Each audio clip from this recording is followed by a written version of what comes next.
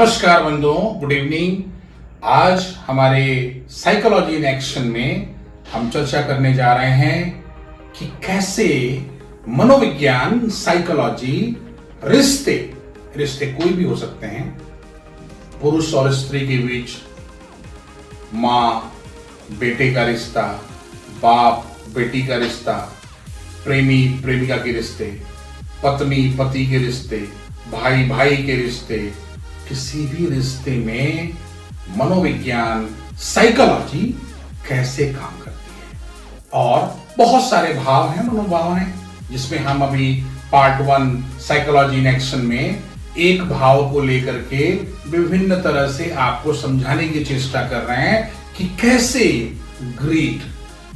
मैं फिर रिपीट करता हूं बंधुओं, हमारा दिमाग, मन जो है हमारा, माइंड जो है हमारा, वो बहुत सिंपल बाइफर्केशन पे विश्वास करता है। अगर कोई भी न्यूरोट्रांसमीटर के माध्यम से इंफॉर्मेशन हमारे ब्रेन सीपीयू में पहुंचता है और उसको वो कैटेगराइज करता है कि it's a pleasurable, it's a painful.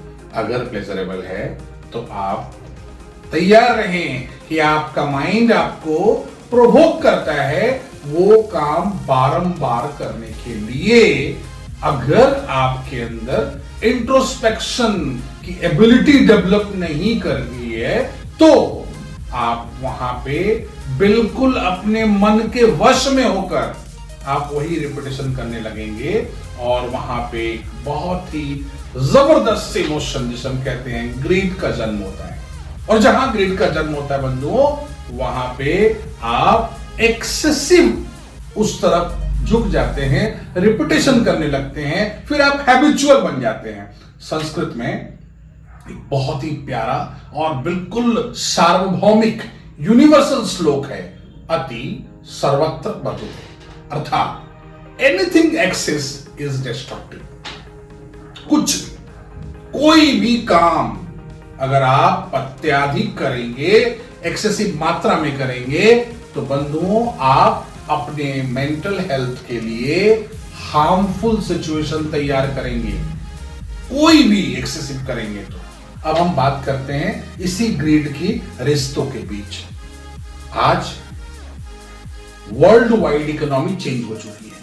आज से 100 साल पहले, 70 साल पहले, 80 साल पहले हमारे भारतवर्ष की जो इकोनॉमी थी, एग्रीगेरियन इकोनॉमी थी, अर्थात हम कृषि पे ज्यादा आधारित थे, व्यापार और उद्योग धंधों पे हमारा फोकस या हमारी जो डिपेंडेंसी थी वो कम थी। तो जब इकोनॉमी अलग थी, एक इंसान जो है वो कृषि कार्य कर रहा है, उसमें जो भी पैदावार हो रही है अपने कंजम्पशन के लिए रख रहा है, महिला उसमें सहयोग दे रही है घरेलू कामों में और खेती गृहस्थी के भी कुछ कामों में, और पूरा परिवार भरण पोषण कर रहा है, आगे बढ़ रहा है।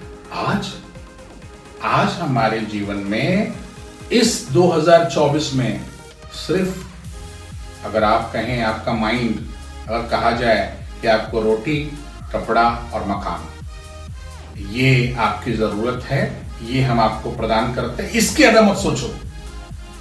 2 घंटे नहीं, 20 मिनट आप जब सोचना स्टार्ट करेंगे कि मेरे पास मोबाइल फोन नहीं रहेगा, एंड्रॉयड नहीं फोन नहीं रहेगा, उसमें रिचार्ज नहीं होगा, इंटरनेट नहीं होगा, एसी नहीं होगा, ऐसी बहुत सी अनगिनत चीजें हमने ऐड ऑन की है अपनी लाइफ में, अब वो नहीं मिलेंगे और हमें सिर्फ रोटी, कपड़ा और मकान पे फोकस करके सरवाइव करना पड़ेगा। आधे से ज्यादा लोग व्याकुल हो जाएंगे, परेशान हो जाएंगे सोच कर सिर्फ। तो बंधुओं, हमने अपने जरूरत की लिस्ट को बहुत लंबा कर लिया है, चाहे वो पुरुष हो चाहे वो स्त्री हो। अब हालात देखिए, एक तरफ हमारी जरूरतों की लिस्ट लंबी हो गई, इकोनॉमी पूरी चेंज हो गई, एक आदमी कमा करके 2 या 3 या 4 लोगों की लंबी लिस्ट पूरी नहीं कर सकता। लेकिन सामाजिक व्यवस्था में हमने उतना सुधार नहीं किया है। आज भी भारतवर्ष के बहुत बड़े इलाकों में बच्चियों को बिल्कुल एक पाठ बचपन से पढ़ाया जाता है कि your ultimate goal is marriage.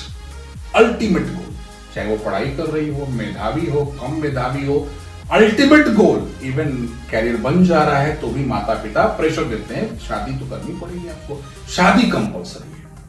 यानी कि बच्ची के दिमाग में एक बात सीमेंटेड कर दी गई कि your ultimate goal is marriage, number 1। Number 2, maximum अमूमन 80 से लेके 85% महिलाओं में, बच्चियों में जब ये बात सीमेंटेड हो जाती है कि marriage is ultimate goal, number 1। Number 2, वो अपने आसपास देखती हैं, अपनी काकी को देखती हैं, चाची को देखती हैं, मौसी को देखती हैं, पीसी को देखती हैं। क्या देखती हैं?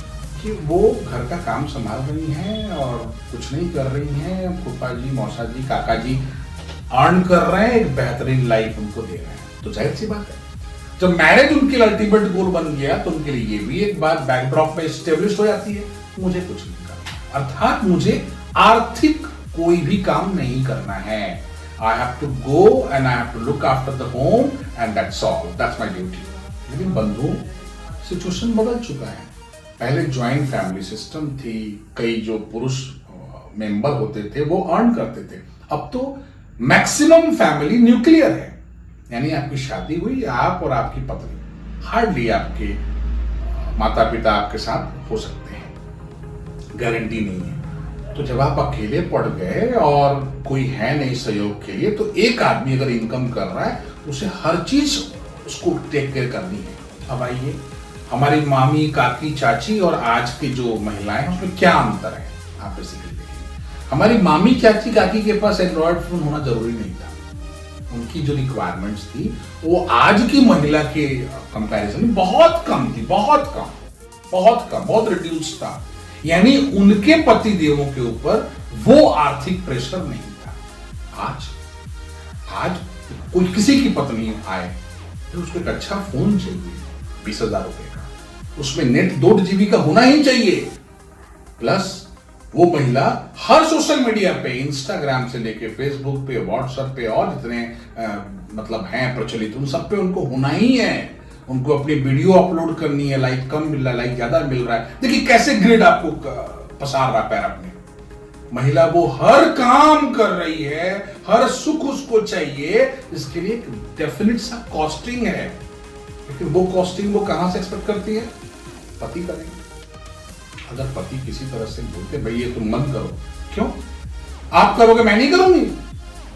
आपको अच्छा लगता है आप करोगे, तो मुझे चल मैं भी करूंगी। अर्थात देखिए, यहाँ पे उनका भी दिमाग जो है, सोशल मीडिया हो, वॉचिंग ऑफ वेब सीरीज हो और तमाम चीजें हो, अच्छे ड्रेसेस पहनना हो, शो ऑफ करना हो, उनको भी तो प्लेजरेबल एक्सपीरियंस हो रहा है और वो हैबिचुअल में चेंज हो रहा है। और हैबिचुअल में जब चेंज हो रहा है बंधुओं, तो वो एक्सेसिव अमाउंट में करने जा रहा है। वही ग्रीड की बात है।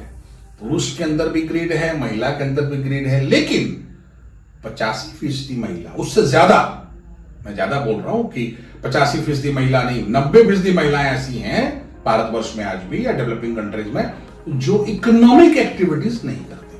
अब कुछ लोग कहेंगे भाई घरेलू काम करती है, खाना बनाती है, बर्तन मांजती है, ये तमाम काम करती है, तो ये भी तो एक कंट्रीब्यूशन है इनडायरेक्टली। बंधुओं, आप एक सर्वे कर लो, आसपास ध्यान से देखो, जो भी महिला आज 30 वर्ष की आयु से पार कर गई है, उसमें से 90% महिलाएं किसी न किसी फिजिकली ये तकलीफ है, वो तकलीफ है। उनके घर में सेमी अर्बन एरियाज में उनके यहाँ मेड सर्वेंट आती है। अर्थात घर के काम के भी, स्पेशली जो है आप अटेंसिल्स को क्लियर करना, बर्तन को साफ करना, घर को साफ करना, ये काम मेड सर्वेंट को आउटसोर्स कर दिया गया है। तो बेसिकली उनके पास क्या काम है? रसोई, वॉशिंग मशीन है, उसकी हेल्प से आपको कपड़े करना है। तो उनका घर का लोड भी बहुत रिड्यूस हो गया है। और अब तो सेमी अर्बन एरियाज में भी देखो, 7 दिन में 14, अगर हम बात कर लें, हम स्नैक्स को और ब्रेकफास्ट को छोड़ ही दें, 2 मील्स की बात करें, लंच एंड डिनर, 14 मील्स होते हैं। 14 मील्स में से कई घरों में तो 7, 8, 9 मील्स तक बाहर से ऑर्डर देके खाना मंगाया जा रहा है। ऐसा नहीं कि वहां पे जो कंसर्न महिला है वो कामकाजी, बिल्कुल कामकाजी नहीं है। अब उसको आप हैबिचुअल एंजॉयमेंट लगा लीजिए, वही एक्सेस ग्रीड लगा लीजिए। बगल वाली मंगा रही तो मैं भी मंगाऊंगी, शीला मंगा रही है तो ज्योति मंगा रही है तो मैं भी मंगाऊंगी, वही ग्रीड वाली बात है। तो ये जो प्रेशर है कि 14 मील में से आप 8 मील जो है, 9 मील्स जो है बाहर से लाएंगे, डेफिनेटली वो कॉस्टिंग है। बट अर्न कौन करने वाला है? एक अकेला बंदा। जाहिर सी बात है, उसके लिए इतना आसान नहीं है, क्योंकि सब लोगों की सैलरी जो है वो 6 डिजिट में नहीं है। ऊपर से बाद में बच्चे हो गए, बच्चे बड़े हो रहे हैं, वो भी इसी तरह की हैबिट के शिकार हैं। तो ये जो एक्सपेंसेस है आउटसाइड से मील मंगाने का, Android phone plus net plus other things का एक्सपेंसेस का ह्यूज हो रहा है। अब किसी बंदे की आमदनी अगर 25-30 हजार रुपए है कलकत्ता शहर में, आसपास के सब एरियाज में, उसका सर्वाइव करना मुश्किल है। ये तमाम एक्सेसिव ग्रिड को पूरा करते करते 25 तारीख 20 तारीख तक सैलरी खत्म। Now what to do? Take the loans, small loans, personal people से उधार लेना, जिंदगी ऐसे कट रही है। मैं एक बर्निंग एग्जांपल मैंने देखा जहां की 30,000 की इनकम करने वाले बंदे की धीरे धीरे ये हैबिट उनके घर परिवार में थी, और वो कम होते होते अचानक एक बार कोलैप्स करते हैं, हॉस्पिटलाइज होते हैं, मल्टी ऑर्गन फेलियर्स। स्ट्रेस कितना ले रहे थे उनको पता ही नहीं था। मल्टी ऑर्गन फेलियर हो गया, बंदों गुजर के चले गए। तो इसके पीछे दायी कौन है? कौन उत्तरदायी, कौन रिस्पॉन्सिबल इसके पीछे? Only one emotion, that is greed. Greed always brings excessive activity. Repetitions always brings the excessive actions, and all kinds of excessive actions brings only destruction. बंधु, ग्रीड कैसे रिश्ते खराब कर सकता है? ग्रीड कैसे आपके जान ले सकता है? आपकी जान चल जा सकती है। तो बंधु, ग्रीड से बचे। आज हम अपने पार्ट 1 साइकोलॉजी इन एक्शन के पार्ट 1 वाले हिस्से को पूर्ण विराम करेंगे, जो सिर्फ ग्रीड पर आधारित था।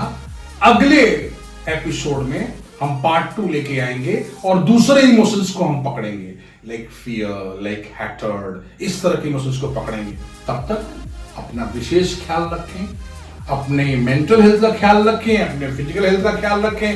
हो सके तो दूसरों के एक्शंस को ऑब्जर्व करें।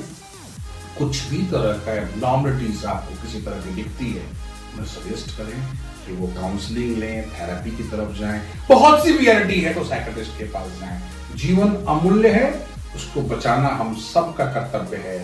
तब तक के लिए नमस्कार, प्रणाम।